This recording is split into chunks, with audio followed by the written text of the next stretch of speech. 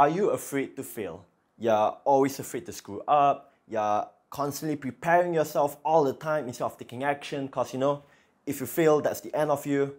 In this video, I'll teach you how to overcome the fear of failure, making mistakes, and ultimately, live by this quote, which is, you'll no longer fail because you're always succeeding. Like, how much would you like to always be succeeding instead of failing? In this video, I'll teach you 3 things that will help you to always feel like you're succeeding and, of course, get rid of the feeling of failure and mistakes that might potentially happen as you're pursuing a longer journey towards doing the work or getting you what you want. So, let's get to the points here. Number 1, change what you consider failure. So, for me, I used to consider failure as not succeeding or not getting something. But for me right now, I have this one rule. Even if I'm 1% ready, I'll take action. And that is a symbol that I've succeeded. So now, what is failure in this scenario right now? It's me not taking action. Even if I have 2% knowledge, if I still don't take action, I'm a failure. So now, failure is something that is within your control. It's just you doing something or not doing something. So, if now failure is something that has been changed from something that you cannot control, which is you getting something, to something that you can control, which is your effort, which is your mindset, which is you putting yourself out there, you'll always succeed. And this has really helped me to overcome my fear of failure, my fear of making mistakes. So even if you are struggling right now, you haven't figured things out, and you're not skilled, so to say, because everyone begins somewhere, you will no longer see your failed attempts as failure, quote unquote, because you've already changed what you consider failure. So once you do this, it's basically going to solve 50% of the problem if you have. You just have to internalize it and actually attribute what you consider failure, no longer towards the outcome, but more towards your effort and your actions. Number 2, eliminate the consequence of failure and mistakes. So, I'm gonna let you guys imagine something. So imagine that you like someone, it's a guy or girl, and you wanna propose to that person, or you wanna try to get that person on a date, because you really like that person. But there's only one person, and if you get rejected or if you fail, then how would you feel? It's the end of you. But imagine you have another 1,000 more people that you can potentially propose to. Then how much more fearful would you feel?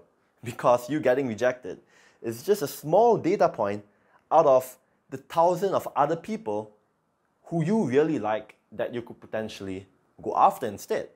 Now, I know this is not really the best example, but it makes a lot of sense if you think about it. Now, if you think about your attempts, you failing or you screwing up is just a small data point compared to the thousands or the millions of other attempts you could be doing. So, instead of saying like, oh, if I fail, I'll feel this like very, very gut-wrenching feeling, it's going to be the end of me. Eliminate the consequence. Like, even if you fail, it doesn't bother you anymore because, number 1, you increase your options. If you haven't found a way to minimize the effects of failure or mistakes, it's your responsibility to find it. Now, the third point is don't identify with your failure or your mistakes. Or another thing is don't identify with your goals, actions, or desires. So if you don't get something, I'm a worthless person.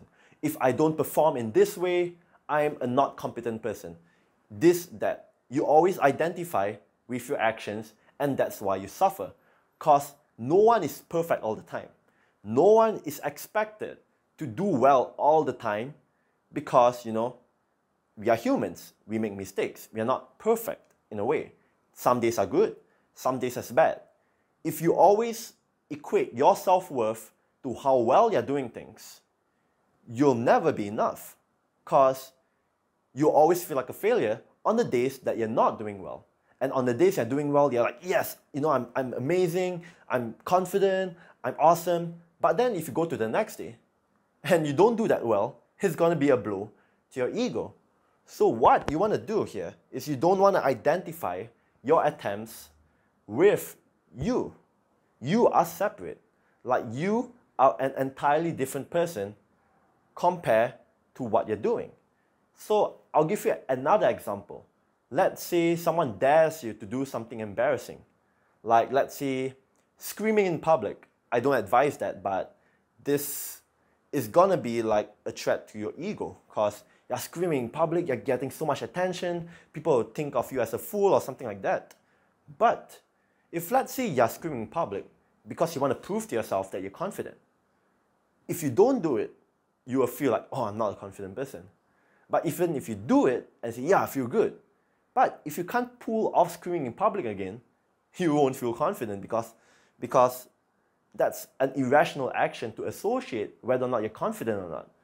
So, compared to the daring example, if someone dares you to shout in public, you feel excited because it's a dare. It's not gonna mean anything to you. You won't be identified as anything because you're just doing it. It's a dare. So you want to see whatever that you're doing in that way as well. You know, it's like someone daring you to achieve $1 million. Even if you don't achieve it, it doesn't affect you because it's just a dare. So you want to have that separation between you and your goals. So you no longer get affected by anything that happens along the way. If you combine these 3 points here, you will ultimately overcome your feelings of failure and making mistakes. And ultimately, you'll always be succeeding because you'll no longer fail.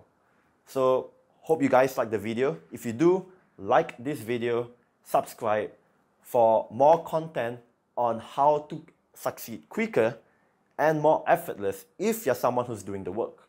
Now, if you like to work for me personally, to be a life coach, to help you who are currently working hard to achieve your goals, to succeed quicker, to achieve things more effortlessly, and if you want more tools, more techniques, more strategies from me on how you can succeed, email me down in the email below, where I'll be happy to help you out with whatever problems that you have and see how I can serve you. So thanks so much for watching the video again, and till next time.